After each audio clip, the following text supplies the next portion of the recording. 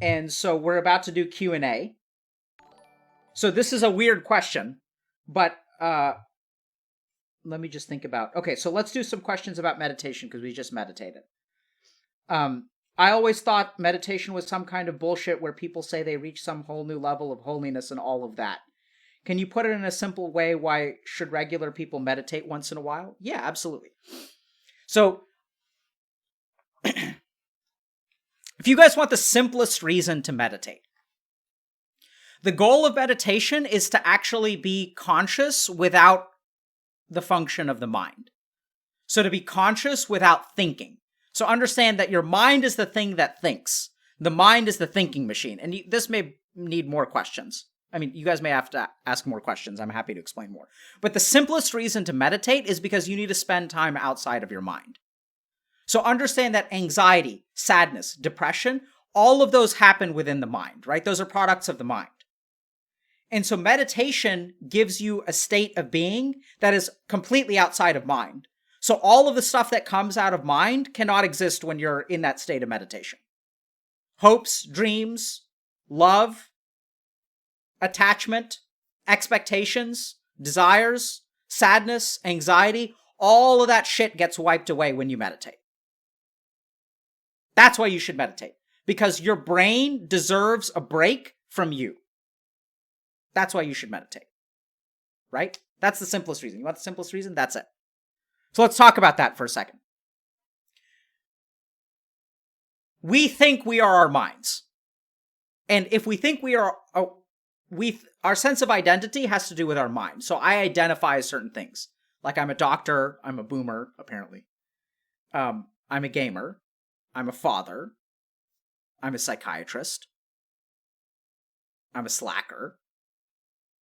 I'm a Legend 2 scrub on Dota. These are the ways that I identify with myself, right? And each of those things brings attachments with it. And those attachments can lead to some kind of suffering. So to meditate is to be neutral. Is to find a part of the truest version of yourself. Because each of those statements about myself can change over time. Those are not the real me. One day I may not be a Legend 2 scrub. I may be an Ancient 1 scrub. I used to be Ancient, by the way, before I, had kids and stuff. 4K MMR back in the day, 5 years ago. Back when I used to play Dota. And one day I may not be a physician. One day I may not be a father. One day I may not be a boomer, right? I may learn how to use the internet one day. And so all of these parts of our identity are fluctuating. They change. I feel like I'm successful. I feel like I'm a failure. Maybe one day I get banned from Twitch and then I'm not a Twitch streamer anymore. So when we think about ourselves, we think about a lot of things that we believe are permanent but aren't actually permanent. They're temporary. So how do you find out what you really are?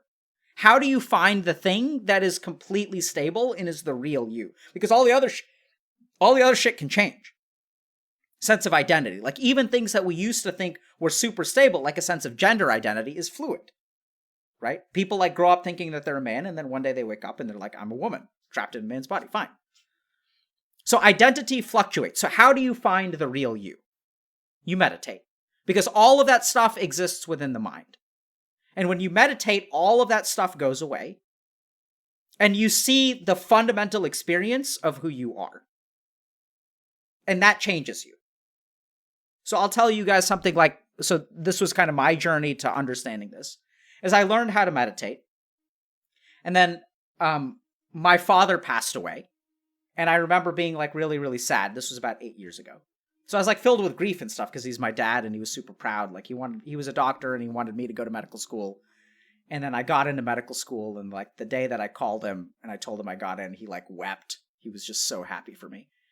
And then about 8 months later, he passed away. So when I was a first year medical student. So I remember flying back to Texas from Boston. And I watched so I went to the funeral. And so then there's his corpse, right? And I saw his corpse and I broke down crying. And then while I was crying, I was let me try to meditate real quick. And sometimes when I meditated, I had this sense of vast emptiness within me. It was kind of comforting. But it was just this vast ocean of just nothingness. It's hard to describe. the way I would describe it is I felt like I was a star in the sky, which doesn't make any sense unless you've experienced it. It's like trying to explain an orgasm to someone who hasn't had sex. They're just never going to get it, right? So I had this experience, and then I was like, okay, right now, like this is like I'm filled with grief. Can I still find that thing? So I meditated, and then sure enough, like that part that I felt that was meditating was exactly the same. It was like exactly the same, and I felt like completely peaceful.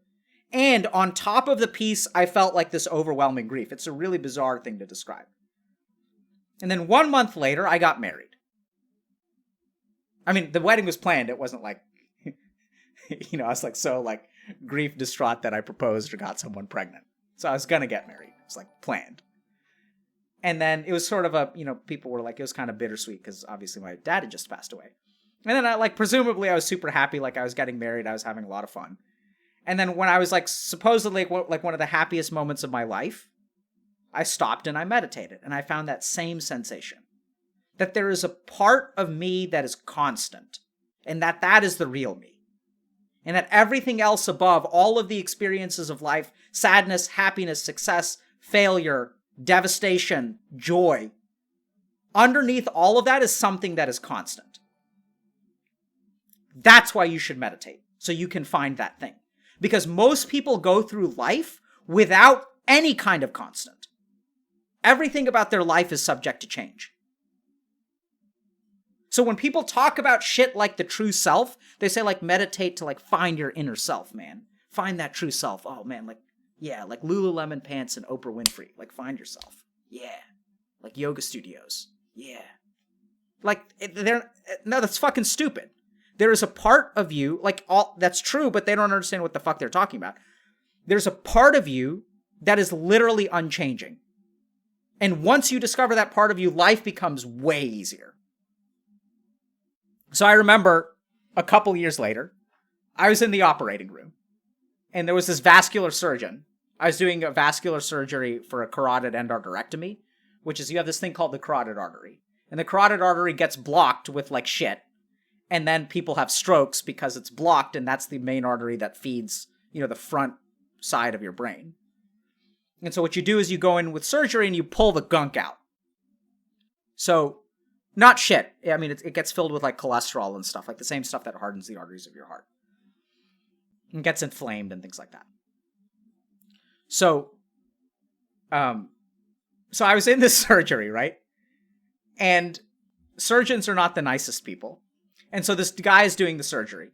And then he like cut something that he's not supposed to cut. And the shit starts bleeding. And like the field of vision for a neck surgery is like tiny. It's like you've got this little patch of like maybe, 1.5 inch by 1.5 inch of like the neck that's open. It's very small. So it doesn't take a whole lot of blood to like fill it up. And he doesn't see where the bleed is coming from. So he's on one side of the table. I'm on the other side of the table. And then he's like looking for the blood. Like he's looking for like what he cut and what's bleeding and he can't find it. And so he's kind of an asshole. So I tend to stay quiet, but I say like, hey, this guy's gonna fucking stroke out. And so I make the mistake of opening my mouth because he can't see it because he's on this side of the table and it's like spurting out like down here, like over here. So I'm on the other side of the table. I can see exactly where the blood is coming from. And so I make the mistake of opening my fucking mouth and I say, Dr. So-and-so, I think the bleed is on this side. And what do you guys think his response is?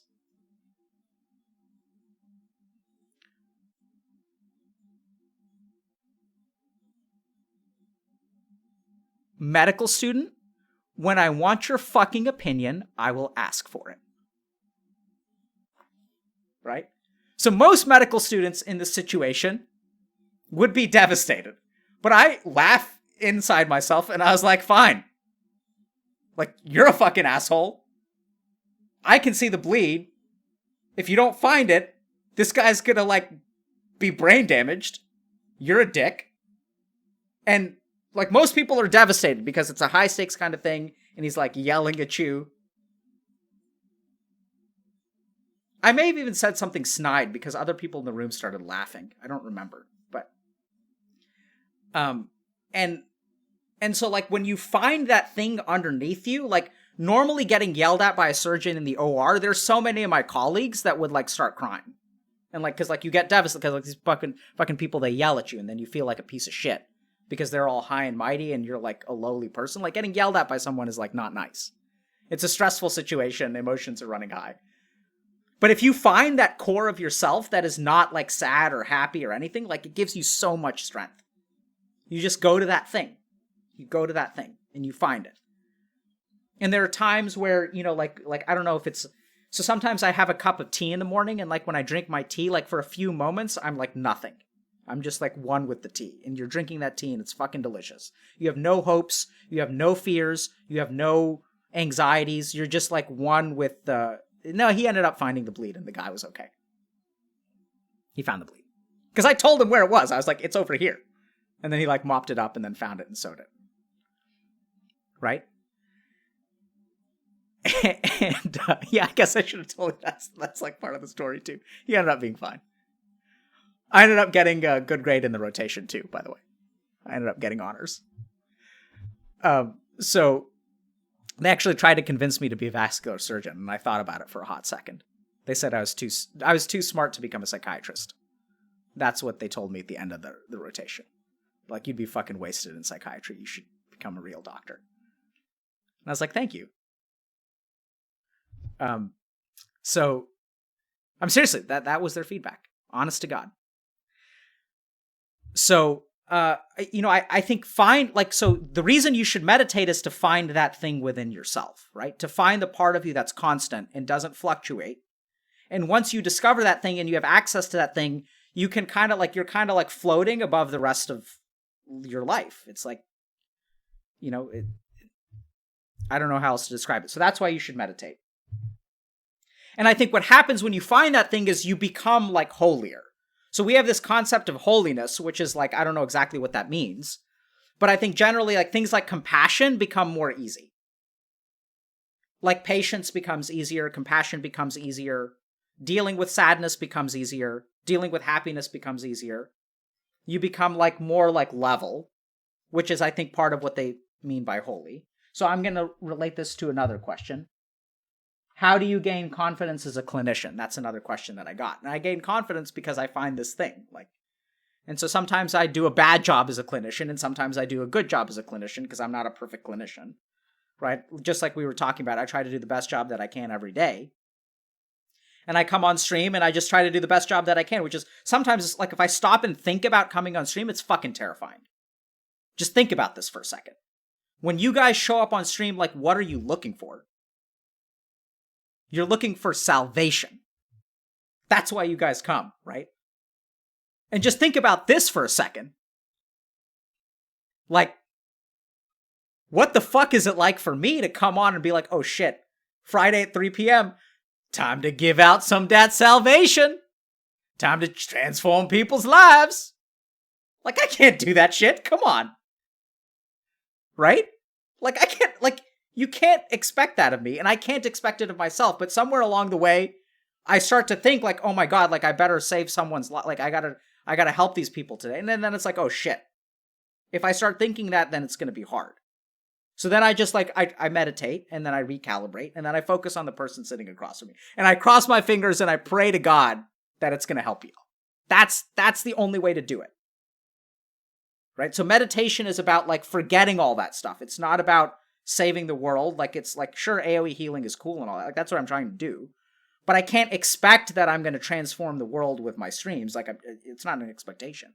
I'm just going to show up and try to help in the way that I can. And, like, if people get transformed, great. If they don't, that's okay too. You know, it's like, no big deal. No big deal. NBD. Okay.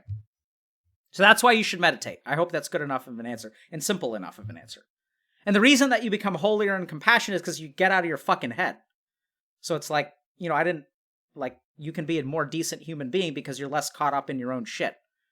And like being a decent human being, people start calling you like holier and a saint. Like that's just because it's hard because you're normally caught up in your own stuff.